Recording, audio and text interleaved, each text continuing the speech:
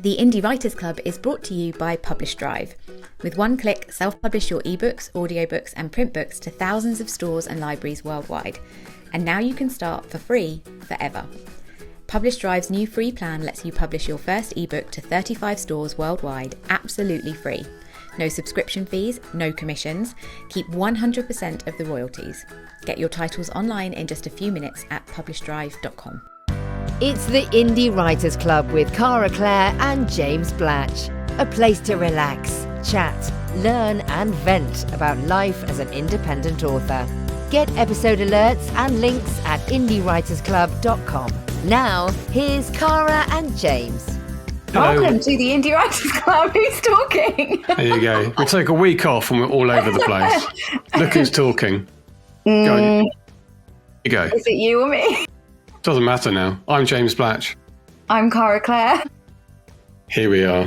At We're the Indie Writers Club. We are back. Yeah, we took a week off. As people might know, if you follow me on Facebook, I lost my father rather suddenly on Wednesday. I say suddenly, he was 93, but people are very kind, and people who've been through it know that it doesn't matter how old somebody is, it is still profound. It is profound. I think that's the one word that's really stuck in my mind this week. Is it's a profound moment in your life. You know, it's your father. And my father, as you will know, has been a huge influence on my life, a big part of my writing career.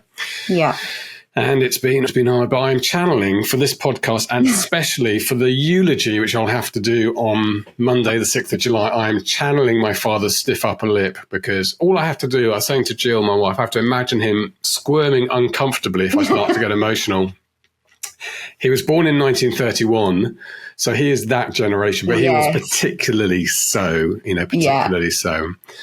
Of lots of profound moments I've had. One is the realization, his father was born in 1887. I didn't know his father. Father died before I was born.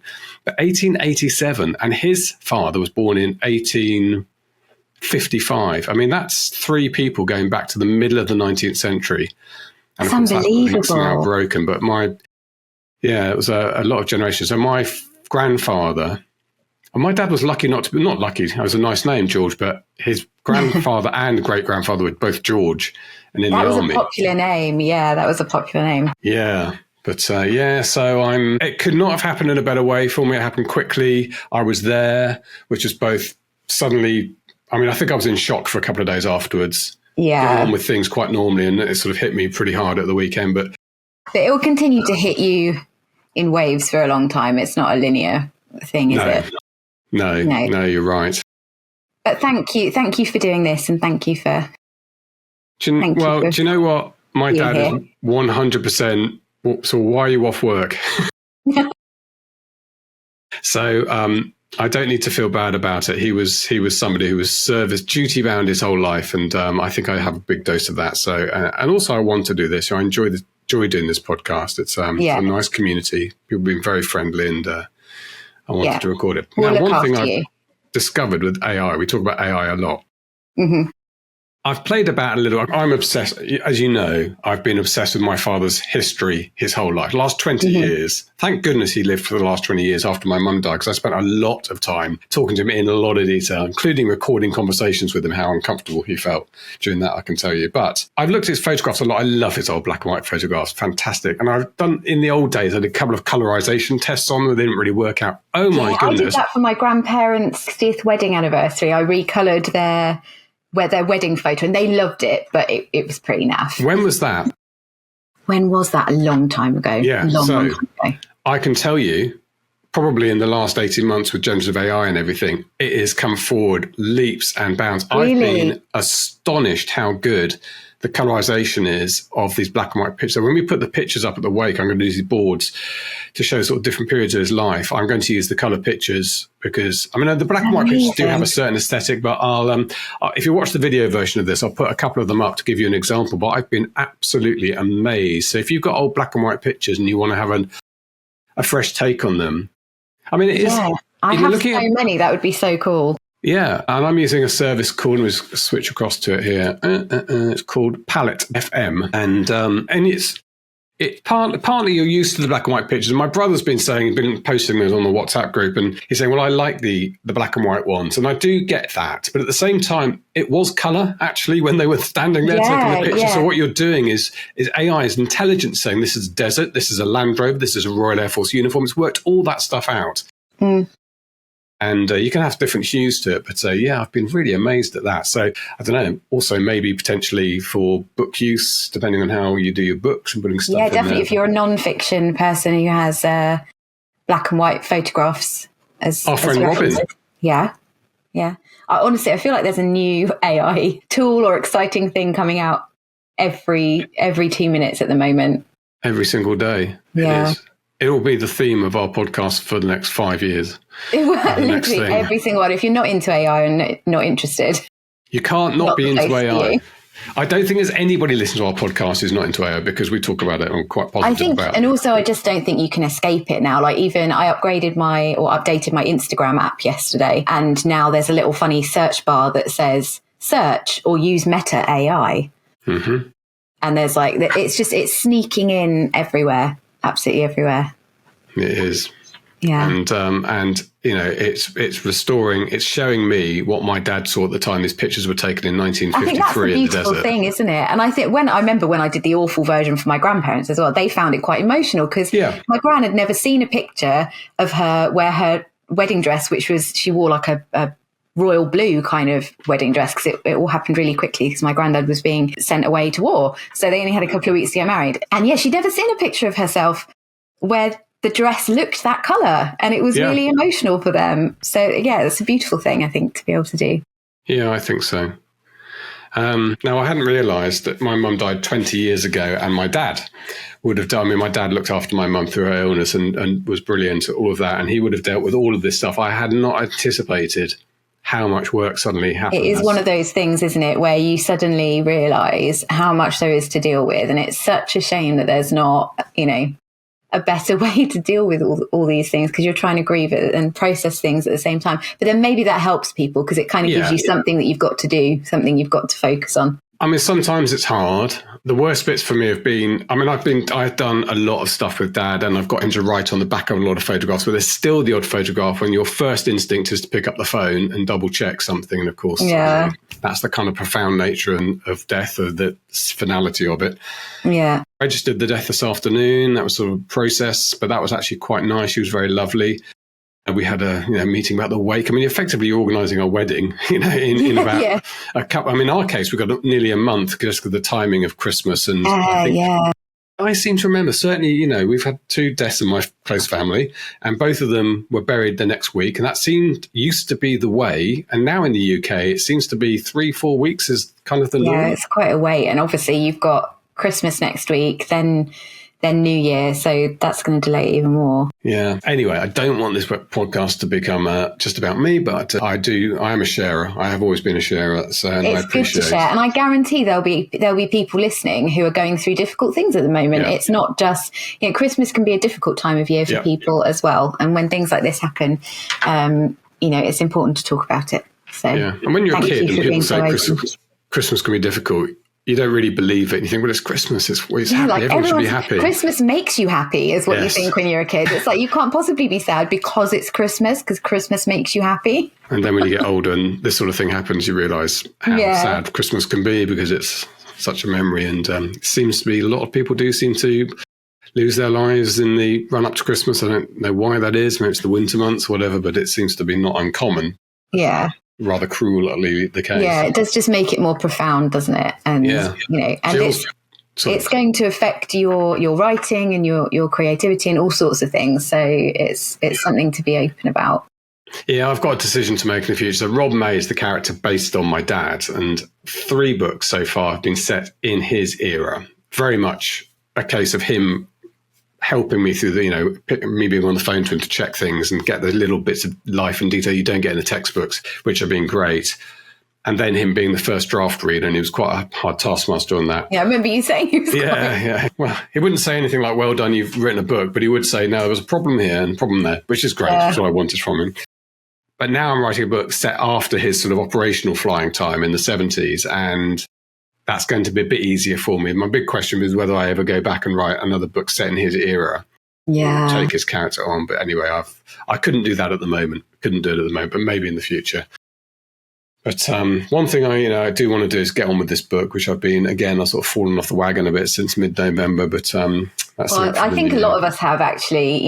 It's that time of year where everybody's getting ill. I've had an ill kid for 2 weeks now because he had terrible asthma last week or all week, and then that gets bad and that lowers his immune system. And now this week he's had a horrific virus, and I trapped my finger in a farm gate at the weekend.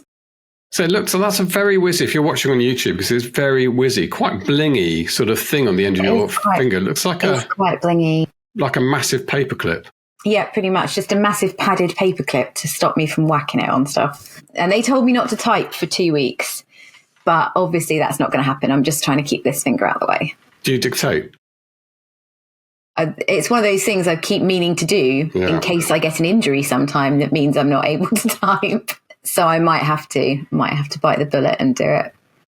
Now, hey, you very kindly, when I was in the midst of everything last week, recorded a chat with Sasha Black. Yeah, so we're going to roll that out in a moment. I didn't know what to do. I felt I wanted to do something because I felt helpless. We thought she happened to be in between recording her own podcast that day. So we're like, let's just jump on. We'll have a chat for half an hour. And then at least we've got something. Yeah, and that will be very good. Sasha's brilliant. You're brilliant. And I'm sure that'll be a great chat. I haven't listened to it yet, but I will listen to it and edit it in a moment. So we're going to throw to that. It's pretty much just the two of us chatting about how we got into being accountability partners, sprinting together, the kind of benefits that can bring people and the different ways that you can do it if that's something that you want to do. And then we talk, I think, a little bit at the end about our plans next year. Okay. But yeah, Sasha's always great, always fascinating to listen to. She is. It's not an interview. It's very much just the two of us chatting. So I think people will enjoy it. Well, that's what this podcast is. And tomorrow, you and I are recording our Christmas Day episode. We are in the pub. In the pub, which was always going to be a very frivolous and jolly time. It won't be quite like that now. And I think we'll probably, out of respect for my born 1931 father, won't do the sex scene. Yeah, I think that's probably wise. And also because I sent a mutual friend of ours the sex scene that I was going to make you read. And their response was, I think you need to go a bit milder than that. Right. And I went, that's the most mild one that I've got. See, us thriller writers aren't really used to that stuff. I mean, I suspect one of the reasons that sex scene would not have gone in my book is because I knew my father was reading it. It's funny, isn't it? I had a conversation with my sister about this the other day because we were listening to a writer on a podcast talk about how their writing changed after one of their parents passed away because you suddenly don't have that sort of like, my parents might read this sort of thing. But yeah, we'll save it. We'll do it another time. Yeah, if you write spicy books, that's kind of fine because they're kind of like some abstract things. But this book was based on. Yeah, he knew this was based on him. Exactly. So that was a very, very awkward scene to write. I mean, I did actually put him in the book. He's a cameo. The actual role he had at that specific year. So Rob May meets him briefly as he goes into the newsagent, which my dad would have known because he knew what role he had. But in reality, of course, that character was based on him. That's an awesome thing to do. That's brilliant. But yeah, so we're gonna have our drinks. We're gonna record the podcast in the pub. We're just gonna leave the spicy scenes for another time. Yes. Well, we have a nice chat tomorrow night. We'll be among friends. We'll have a drink. And I had a long planned day on Friday in London with my friends. So our little tennis club. We call it tennis club. We haven't played tennis for 5 years, but we do have a Christmas do. And they're my close friends. And I didn't feel up to it, to be honest. Obviously, sort of things hit pretty hard 2 days afterwards. But at the same time, I know, again, how my father dealt with the very many occasions throughout his RAF career when somebody was killed in the afternoon or the morning. They went and had a beer in the evening and they laughed and chatted and cried. And that's how they dealt with it. And there's a lot of wisdom in that. So I took myself out on Friday and I had a thoroughly enjoyable time with my close friends. So I am definitely going out tomorrow night as well into Cambridge. And you're around people who understand, it's not like we're expecting you to put on a brave face and not talk about it. You're around people who are supporting you. I'm a very emotional person. I'm not my father. My brother is my father. I am my mother. I have a full range of emotions, so I have to. It's okay. You can cry on me. my eulogy is just setting that stall out so people understand that at the beginning. But I've booked a hotel and everything, so this will be the first pub meetup of ours for a long time that I'll actually be able to have a drink. Yeah. So watch out. Good. Well, look, at some point in 2025, we're going to have an Indie Writers Club meetup, probably in London or somewhere like that, where hopefully people can get to. We might do it around the conference. We don't know. So conference tickets, by the way, are available at learnselfpublishing.com. Ooh, can't remember the URL. Well, /SPS Live. I'll make sure that goes to the page. I'll do that afterwards. learnselfpublishing.com /SPS Live. I don't know how many of the workshop tickets are left because they went really quickly, but we can do a maximum of 200.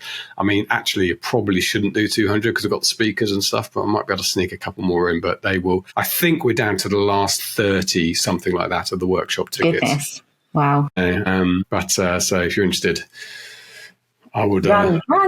I would go there. Yeah. Okay. Well, look, let's hand over to you and Sasha to finish off this episode. You can have a chat about productivity and so on. You and I will be back. So this is going to go out on Friday, the whatever that is, 20-something. 20th, I believe. 20th? Yeah. The next episode will be Christmas Day. We're going to release it on Christmas morning, and that will be the live episode recorded in the Salisbury Arms in Cambridge, and then we'll be back in the new year. Yep. Oh my goodness. Yeah, 2025. How exciting. No, I think there'll be one in between, won't there? Well, there. Okay, we need to talk about that, but yeah. Yeah. If we can do All it. All right. Here is you and Sasha. We have Sasha Black with us this week, who has valiantly stepped in. And just in case nobody's heard of Sasha, which I can't imagine who wouldn't have. Sasha, who are you? Okay, hello everybody. I am Sacha Black. I am an author, indie author. I'm the host of the Rebel Author podcast. I'm an international speaker where I teach other writers how to usually write better characters, but sometimes marketing and trope-based marketing. And my fictional alter ego is Ruby Rowe, where I write incredibly spicy lesbian romantasy. So spicy. We were just talking about it before we pressed record, actually, and I was like, whew. Yeah, I'm really going for it this with this next one. So James can't be with us this week, so Sasha and I are just going to chat for a little while about, so we have a closely guarded but not that closely guarded secret, which is that we are sprinting buddies. And actually, I was thinking today, it's been about a year since we met and started sprinting together. So we were just going to talk a bit about kind of how that changed things for us. And then that's probably going to lead us on to talking about our plans for next year. But I think something that a lot of people struggle with and something people always mention in the Discord is that accountability, productivity. We're just coming out of NaNoWriMo where lots of people were setting ambitious goals. Lots of people like absolutely kicked ass and hit their goals, but lots of people didn't. And I think that can feel a bit, disappointing. And I've been trying to think what my life was like before I met you.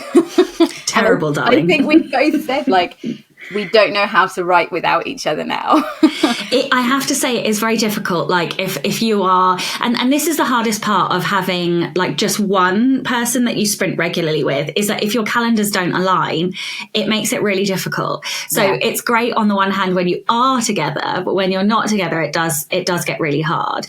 But, I think some people might reel back when we say sprint partners and think, oh no, it's a competition, it's a race. And it just doesn't have to, it is for us, but it doesn't have to be, right? There are lots of people that use the human element, the friendship side, the community side of sprinting together.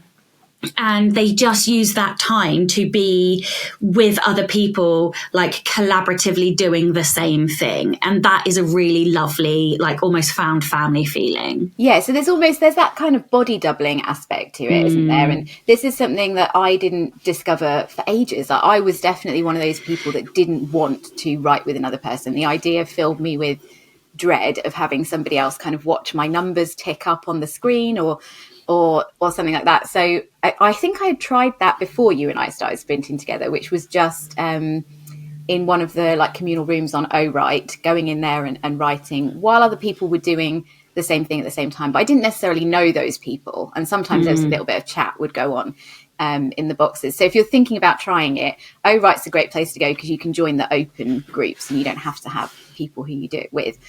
but it didn't really do it for me. I know it works for a lot of people, and we've also sprinted in situations where we've got friends who just kind of join the room and tick along because they just want the company. But me and you, it's the competition element, I think, isn't it? That gets it really is. Gets us going.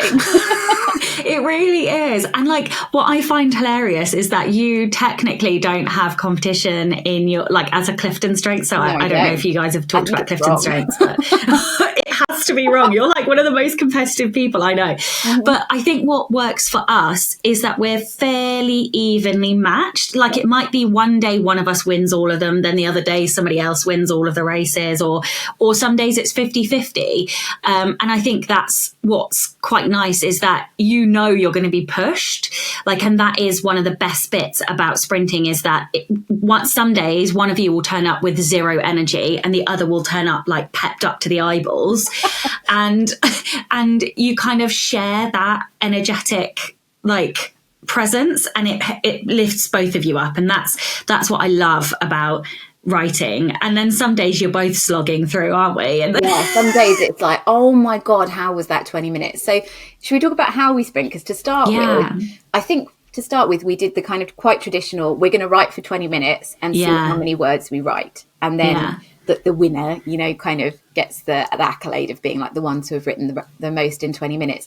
And I don't know how it happened, but I think we realised we were quite fast. Yeah. And we realised that we were getting a bit of a kick out of watching each other's numbers go up and try to overtake each other. And then we were like, I know, how about we make it a race? Like the quickest to write 1,000 words. Yeah. Yeah. I love it. Yeah, I can see your face. I love it. And we haven't done it for ages, guys. We haven't done this for such a long time because our schedules got out of sync and we haven't been writing together.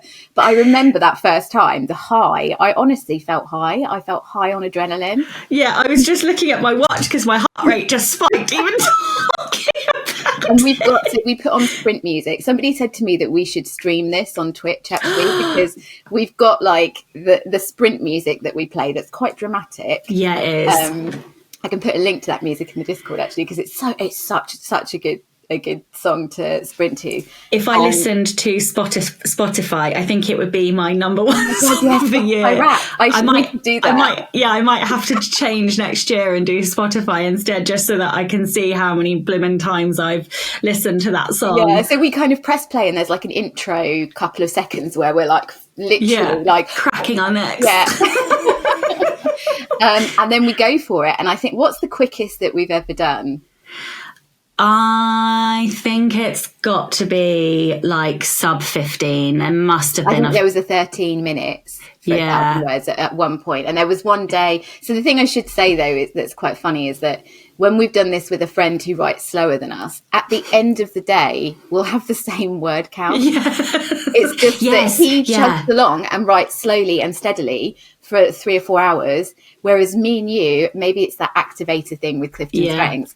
We need that short burst. Yeah. And then we have a chat and then we'll get up and be like, I need to do a TikTok. I just need to make coffee. I just need to do this. Yeah. So we actually finish the day with the same amount of words. It's just it is like, hilarious. Yeah, it's making it fun. It is, but it's also like a lot of people talk about task switching as a bad thing. But for me, physical movement for my body is a really good thing. Yeah. So if I get stuck, quite often I have to go and physically move and just go and do something else for a little bit and then come back. And I think task switching gets a really bad rap. And actually for me, if I'm having to task switch unintentionally, like where it's an interruption, that's really bad for me. But if it's a task switch where I need to physically move, then it's a really good thing. And I really like the energy of that 1,000-word thing. Also because for us, we often have, upwards of 5,000 words a day kind of as a goal. And, I know not everybody listening will have that, but for us, like we literally have to keep producing books. So even though, and I mean, you produce a lot more books than I do in a year, but when you have that 1,000-word goal, actually that's only 5,000 word goal. That's only 5 sprints. Yeah. So once you've done 2, it makes actually it feel you're like, so much more manageable. Yeah, and it's kind of like I used to do a lot of swimming, and it's like that feeling you get when you're swimming laps, where the first two are like, oh my god, this is difficult, and then you really get into the zone, and you're like, no, I can do another one. I can do another one. The other thing that I love about our sprinting is what it does to me psychologically. So not just the excitement, the adrenaline, because genuinely I do get bursts of adrenaline like flooding my system because I'm like, have to win. But I also get, oh God, it's completely just flopped out of my brain. No, it's gone. Sorry. You're so distracted thinking about it. I was just about winning. When you said I write so many more books than you, I was just thinking, and I was thinking about this before we started recording. Do you remember that like fever dream day where we were both just we'd realised how productive we were when we were sprinting like this, because neither of us had ever kind of found that thing that makes it click and makes you feel like, oh my God, yeah, if I can do it like this, I can be really productive. So we sat there and we were like, well, we're going to write 6K a day for the entire year because it's going to be so much fun. And we had a big board, and I think we intended to write like 12 novels each or something. Like some ridiculous number. It was crazy, but we were taking ourselves really seriously, and we had like post-it notes, and we were really like, but it's not necessarily sustainable. So it gets the words done in a way that we find fun, we find enjoyable, and it gets the words done. But you can't do that every single day for an entire year. That's just not plausible. No, especially when you go through periods of business change. Yeah. So this year has been a huge period of business growth. I've had to find people to work inside my business. I've had to create, operating systems. I've had to deal with accounting, growth and changes and all kinds of stuff. And all of those things take up time. And so for me, I can't just keep churning out. Also because I have to do research. I have to outline, I have to think, I have to input loads of books. So yes, okay, by the time we get to the page, we vomit out the story. I've remembered what the thing was. We have to vomit out the story really quickly.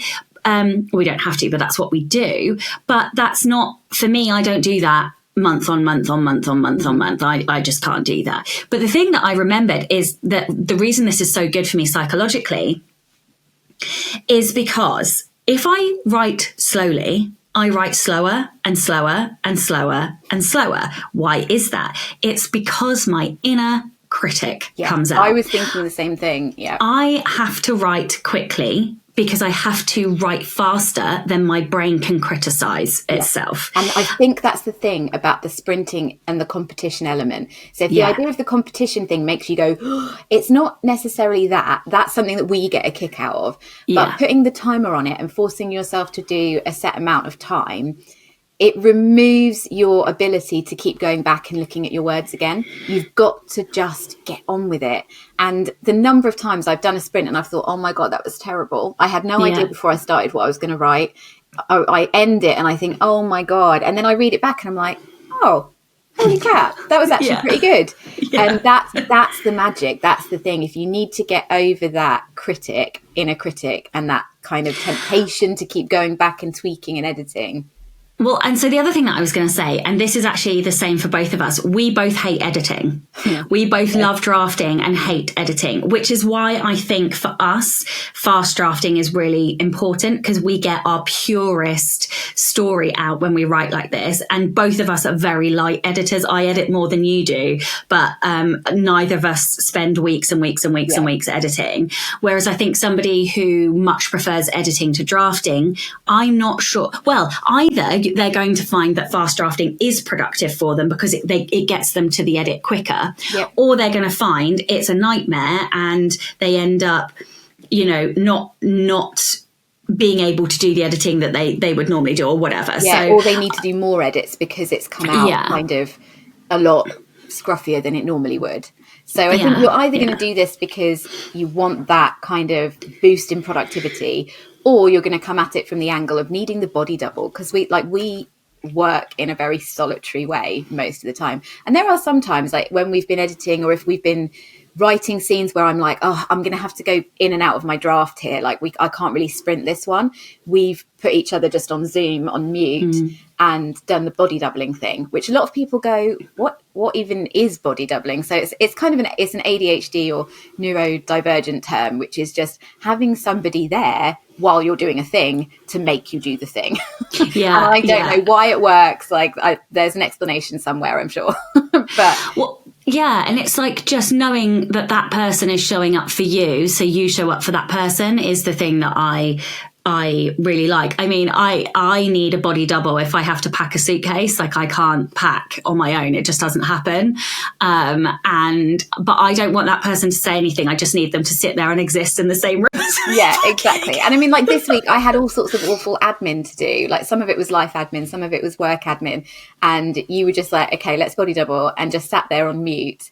And it just made me get it done in about an hour. Whereas if we hadn't been doing that, I would have procrastinated. I would have kind of gone off and done other things. And it really does work. If you haven't tried it, try it.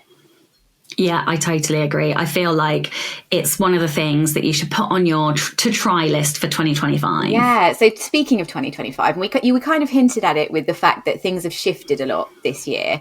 And I think they have, because at the start of 2024, I was still in the mindset of write lots of books. Like quantity of books is the key. Like if I can get more books out, that's going to equal more revenue, more success, all the rest of it. But I do think there's been a significant shift, particularly in our genres of like fantasy romance, steamy romance, where you can have a slower release schedule now. You can release 2-3 books a year.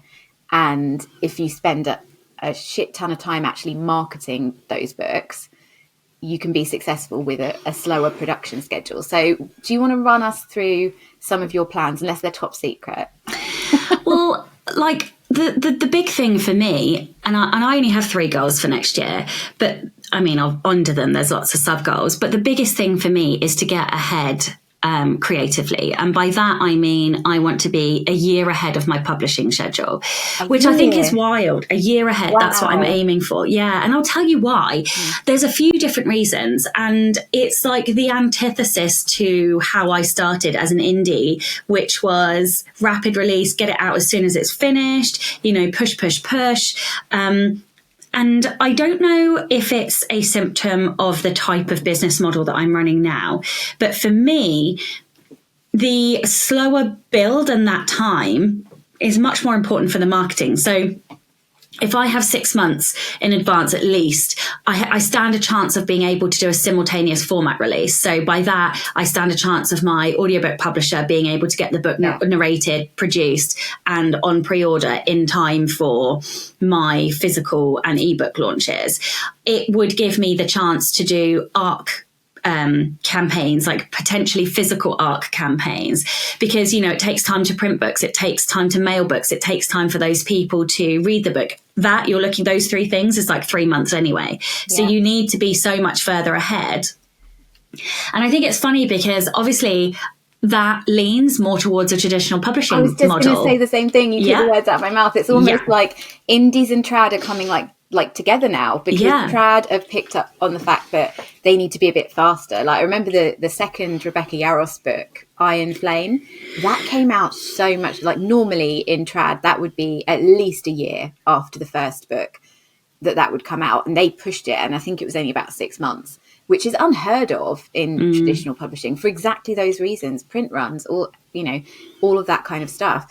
And while they're doing that and getting a little bit quicker, indies are getting a little bit slower. So we're kind of meeting in the middle. But I think that's because a lot of us indies are now looking at trad, ways of doing things like getting into bookshops, things like commissioning special art, making special editions, because we've got to stand out now. Like there's probably another conversation about the rise of AI, and books being released quickly is going to become a lot easier for people to do. So we've got to do all those other things, which mean a longer production schedule, not as long as, 2 years, but at least a good, like you said, a good 6 months to actually get the marketing done. I'm doing good, better, best. And basically my good goal is 6 months ahead by the end of 2025. And my best goal would be to be a year ahead by the end of 2025. Yeah. And I think I was very similar to you, because when I started publishing my reverse harem, I was doing that at the same time as I was ghostwriting. I was also editing. I was also, doing it in order to get out of a situation. I wanted to become a full-time author. So I rapid released. I was writing and releasing a book a month. And that's, things have changed. And also, I think TikTok has a lot to do with it, because we can't rely on a viral TikTok anymore. Even a year ago, 18 months ago, it was so much easier. But now you can't just wait until you release your book and think, well, it's cool, I'll do some TikToks the week before and that's going to push it. Like, you've got to have a more robust plan. Yeah, I completely agree. So next year feels like a sacrifice year to me. I will probably, so I have averaged 3 books a year every year since I started. And I think it's going to be more like 2.5 books next year. And 2.5. Yeah, so 2 and a novella. But the reason for that is so that I can write more in the background. Like, I want to write a lot more than 2.5. But in order to do that, I have to literally like palm off everything in my business to other people and just focus on the words. Yeah. And I think it's interesting, isn't it? Once a lot of people who listen to the podcast is at that beginning part where you have to do everything yourself. And we've both been there. And that is how it starts off. You absolutely have to do everything yourself. And a lot of us enjoy doing everything ourselves. Most of us are massive control freaks. Like, that's part of the reason that I really would struggle to be trad published, because the idea of somebody else telling me what I can put on a book cover or telling me I need to edit something a certain way, I just go, oh, hell no. I'll make that decision myself. So it's really difficult to get to that point where you realize you've got to outsource some stuff. Otherwise, we can't write. And writing is what we came into this for. Speaking of which, yeah, how many, what are you going to publish and release next year? So I'm actually in a similar situation. So this year has been a bit of an absolute, to be honest, a clusterfuck of the year for me, which, like, everybody knows, I had to start ghostwriting again, personal circumstances, going through a divorce. It's only now that I'm coming to the end of the year that I'm like, oh my God, like, I can't believe I published anything this year. Like, I still published 4 of my own books, and I've ghostwritten 2.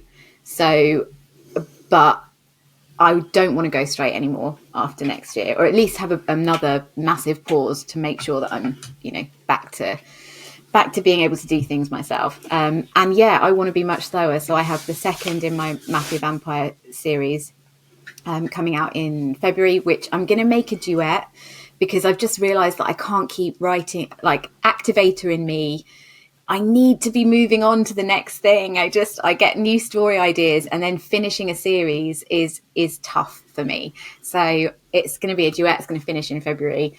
Then I have a book I've got 2 books that are already written, which didn't land. They were my Jungle Book spicy retellings. And oh my God, it was so frustrating, because I had some viral TikToks that if they'd gone viral once the book was out, it would have gone to number 1. They were the biggest TikToks that I'd ever had. But also it didn't quite land. So I'm editing that, putting an ending onto it, merging them and making it one standalone book, which is mainly going to be a Kickstarter project, but I will also obviously publish it on KDP and stuff. And then I have a new series that I'm sort of planning for the end of the year. But again, like, a much slower schedule. And I think for me, my main focus is getting that backlist to work for me and knowing that it's working for me, so that I can focus on new things. And I think we were talking as well about just making the most of our intellectual property. Like, if you're somebody who's published lots of books, sit down and make a list of everything that you've got and all the different iterations of those things that you could do.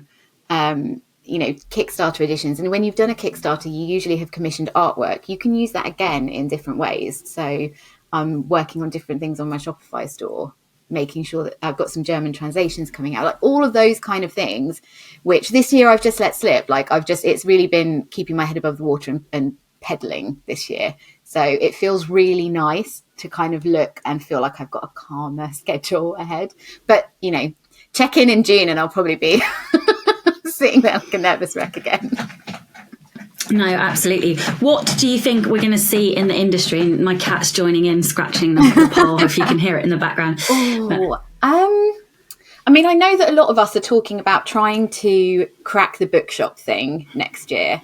And I think that kind of ties in with what we were saying about trad becoming more indie and indie becoming more trad, because I've noticed a huge presence of trad publishers. And I think me and James talked about this either last week or the week before on a podcast, popping up on TikTok shop with their special editions, and, you know, HarperCollins and people like that having their own huge TikTok shops and doing the things that we were doing as indies, like the sprayed edges and the really pretty editions and all of that kind of stuff.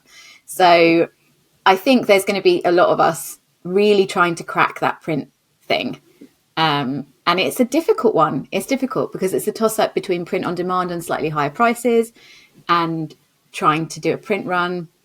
But I've been having that conversation with a lot of people. TikTok, who the heck knows? Who knows what's going to happen in January? I think it's a bit of it's up in the air. Everyone keeps saying they think that it's probably not going to be banned. I don't think actually we've mentioned this since the last podcast, which is that at the moment they're saying that in the US TikTok will be banned from the 19th of January. I mean, there's mutterings and murmurings that TikTok are going to ask for another appeal, and it'll probably get put off a little bit. But I think it's made us all aware that we need to have a wider strategy. You know, TikTok is great. It's great when it works. But we've been saying it for quite a while, but now it's like, okay, we really need to pull our fingers out and work on a wider strategy. What about you? What do you think? I think your spidey senses are usually spot on. Well, you know, I think we're going to continue to see this fracturing of business models. And I think we're going to see a lot more indies acting like, you know, we've always had that entrepreneurial sense to us, but I think we're probably going to see more of that, like more unique ways of selling, but also create like that utilization of IP, kind of what you were saying. I think we're going to see a lot more of that. And you know, I think we will probably see a shift in trends. So the last kind of major shift was as romantasy came in, sort of after the after the pandemic, and we saw this rise of like dark romance, and I think that is now tailing off, and we're going to see something else come in. I've got predictions, but you know, I'm not gonna. Is it Academy Unicorn Romance? Because yes, I hear that's pretty huge. With a frog MMC. So I do think that we are going to see something else. I think romantasy is still going to kind of truck along, but I've got some predictions about what we're going to see, because I feel like publishing and the book market in general is a bit of a microcosm of society anyway. Yeah, I agree. And I think something that's shifted is, like, it's still possible to write to market. Like, you still need to have your tropes. You still need to know what readers want. But also, the biggest trend at the moment is for a unique story, which is, like, something that's quite hard to put your finger on. Like, the things that are blowing up at the moment are blowing up because they're really unique. And then people kind of try to copy it, and it's not working. It's like people are craving that, like, something actually different, but with those same little, like, elements that they love. So it kind of come up with something really special and unique, but the same. Well, we've been, and I think I can put my finger on what that is. We have talked in this industry about the fact that we have so much creative freedom, and the thing that we can do is, and okay, is this still makes it seem very intangible, but like, it's the core of you and whatever is ultimately and completely unique about you, whatever that thing is about you, like that kind of inner thing that you're afraid of, or the thing that only you have that lived experience to talk about, that is the thing that you need to be putting into your books. And we've been talking about this, you and me, this week, haven't we? Because I was having a struggle with getting in the zone and really finding the story idea that gave me that, like, excitement. And that was the conversation that we had, which was like my very first book. Every book that I've ever written up to now, I was writing because I had something to say. And yes, it was wrapped up in a paranormal story, a fantasy story, whatever. But I was writing because there was something that I was trying to express.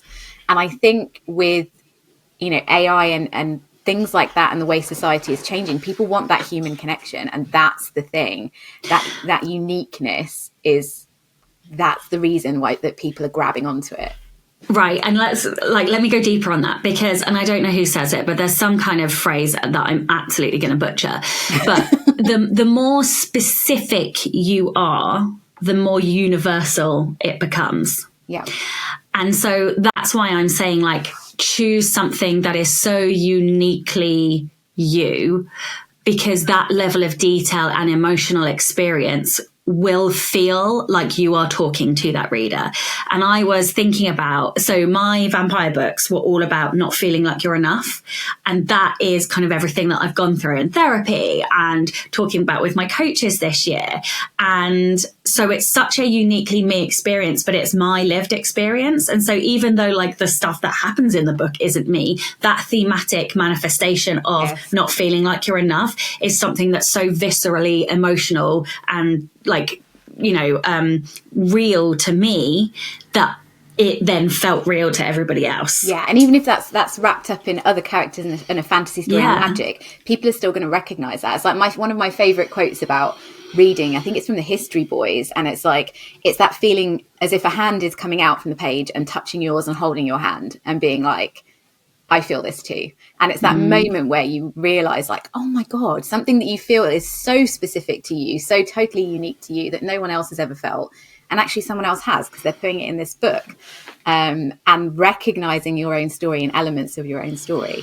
So I think that's really exciting to me. It feels really exciting as a creative person to be kind of going back to that and making that my focus for next year is actually, yes, I've still got to package it right. I've still got to, I don't know if you listened to the episode where James was talking about his Swiss cheese model of making all the holes line up and like the cover and, the marketing, you still got to do all of that.